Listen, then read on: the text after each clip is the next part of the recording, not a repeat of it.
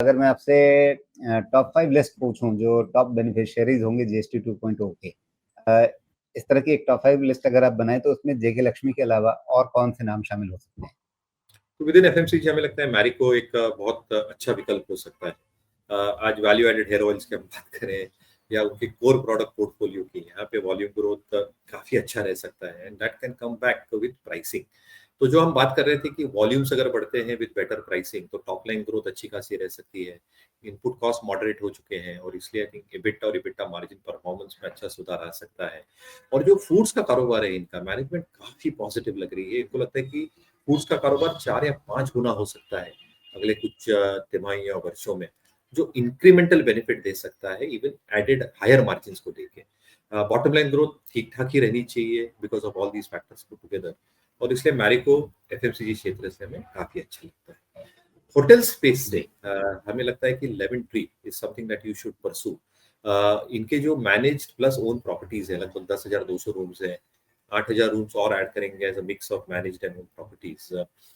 EBITDA margins 44% पे आई थी पिछले तिमाही में।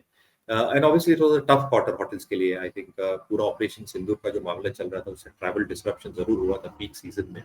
बट कहीं ना कहीं आई थिंक जो एक्सपेंशन ये कर रहे हैं across their properties, entry level हो या प्रीमियम प्रॉपर्टीज हो, along with GST rationalization, expectations of more MICE या F&B events जो EBITDA margins को सहारा देता है। यहाँ पे मुझे लगता है कि वैल्यूएशन और प्राइस कंफर्ट जो अब रेटिंग, रैंकिंग, इंस्टीट्यूशन होल्डिंग, कैंसलम के हिसाब से देखते हैं वो सारे पैरामीटर शायद फुलफिल करता है। तो lemon tree is something that we continue liking. Autos की चर्चा ऑब्वियसली बहुत हुई है। Auto ancillaries as a space जैसे मैं कह रहा था, I think should continue doing well. यहाँ पे एसजेएस एंटरप्राइजेस ये हमें काफी पसंद आ रहा है। हमें लगता है आई थिंक स्टॉक में जो एक कंटेंट पर कार की थीम है, यहाँ पे 3 या 4 गुने तक एक एक इजाफा रह सकता है। और इसकी वजह से आई थिंक वे मार्जिन पोस्ट करते हैं बहुत सुपीरियर मार्जिन है for the business that they are into. Technological products जो इन्होंने इंट्रोड्यूस किए हैं, they are 25% of the product portfolio and this is in fact expected to go even higher अगले कुछ तिमाहियों तक। कहीं ना कहीं आई थिंक जो टॉप लाइन ग्रोथ है वहां पे आई थिंक 20 से 25% का इजाफा देखा जा सकता है। मार्जिन पे एक सिग्निफिकेंट accretion हो सकता है because of innovations and high margin products that they are introducing. और ये साथ दर्शाया जाएगा बॉटम लाइन ग्रोथ पे। तो I think SJS enterprises is one stock from auto ancillaries that we like. Last but not the least I think Sarda energy ये हमें काफी पसंद आ रहा है। हालांकि एक डायरेक्ट जीएसटी बेनिफिशियरी नहीं है, बट आई थिंक जो एक पूरा खेमा है जिसमें ये काम कर रहे हैं, pellets, sponge iron, I think जैसे कैपिटल एक्सपेंडिचर की थीम या केपेक्स या domestic manufacturing as a theme will pick up more wings over the next few quarters।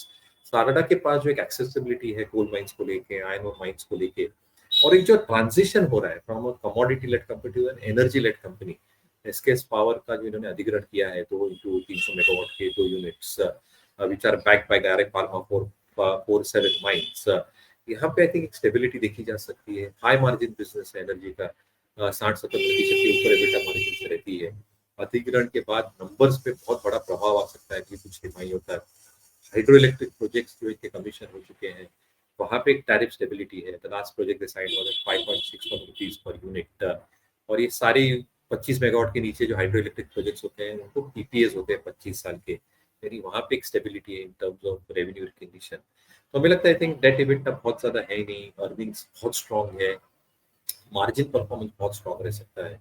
पिछले वर्ष इनकी जो 29% मार्जिन थी ऑलरेडी Q1 में 40% हो चुकी है। और जैसे एनर्जी ट्रांजिशन होगा ये आगे आगे होते होते 45-50% तो मुझे लगता है आई थिंक इनडायरेक्ट प्ले है for the capital expenditure stroke manufacturing की व्हिच कैन बी प्ले। जी, तो आपने अपने चुने हुए ये 5 नाम बता दिए हैं जो हैं शारदा एनर्जी जो अभी आप बता रहे थे, जेके लक्ष्मी आपने बताया पहले, इसके अलावा एसजेएस एंटरप्राइजेज, मैरिको और लेमन ट्री, ये सब नाम जो अलग-अलग सेगमेंट्स में हैं और ये सब mid cap small cap category के ही आपने नाम चुने हैं ज़्यादातर लार्ज कैप के मुकाबले।